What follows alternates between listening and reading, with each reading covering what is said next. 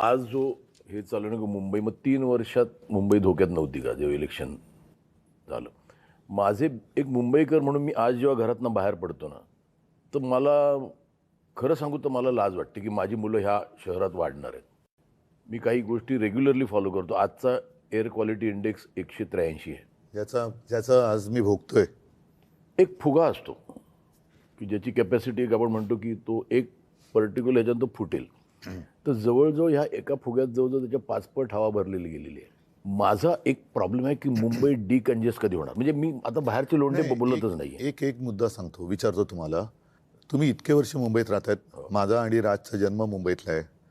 आज जेवढं प्रदूषण दिसतंय, हवेचा जो काही निर्देशांक वगैरे म्हणतोय प्रदूषणाचा, हा एवढा खराब कधी झाला होता का? ह्याचं कारण असं की आता यांची जी काय होर्डिंग्ज लागलेत, विकासाची गती नाही आहे, ह्यांची विनाशाची गती आहे. नियोजन शून्य विकास हे याचं कारण आहे. कारण तुम्ही जे म्हणताय ना, एक तर आओ जाओ घर तुम्हाला इथूनच पहिली सुरुवात होते. त्याच्यानंतर साधारणतः आपल्याला नेमकं आज हवंय काय? आज जर का तुम्ही पाहिलं तर सगळीकडे रस्ते खोदलेत. जिथे जाऊ तिकडे रस्ते खोदलेत.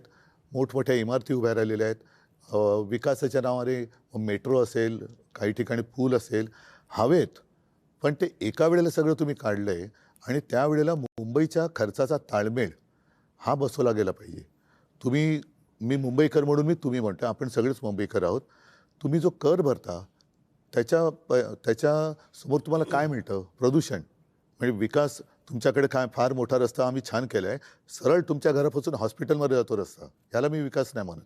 हॉस्पिटल कमीत कमी असणं आणि आयुष्य चांगलं असणं हा विकास पाहिजे. माझं तर म्हणणं विकास नको आता. नाही, ही मानसिकता का झाली? कारण नियोजन शून्य विकास. आम्ही सुद्धा आज आमची जी होर्डिंग लागलेत, मी 12 पासून लावतोय होर्डिंग. होय, हे आम्ही केलं आणि त्याच्याबद्दल मला अभिमान आहे आणि मला असं वाटतं मुंबईकरांना अभिमान आहे. मग त्याच्यामध्ये शाळेचा दर्जा असेल, पाण्याचा दर्जा असेल, किंवा आता कोस्टल रोड झालेला आहे. कोस्टल रोडसुद्धा हा आपण केलेला आहे. पण वाटेल तिकडे, जसं आता मी कलानगरला राहतोय, वेडेवाकडे उड्डाण पूल, आता तिकडे आणखीन एक वॉकर ब्रिज करतायत. कोणासाठी करताय? कशासाठी करतायत? आणि संपूर्ण धुळीचं आणि सिमेंटचे कण आपल्या फुफ्फुसामध्ये जात आहेत. मी तेच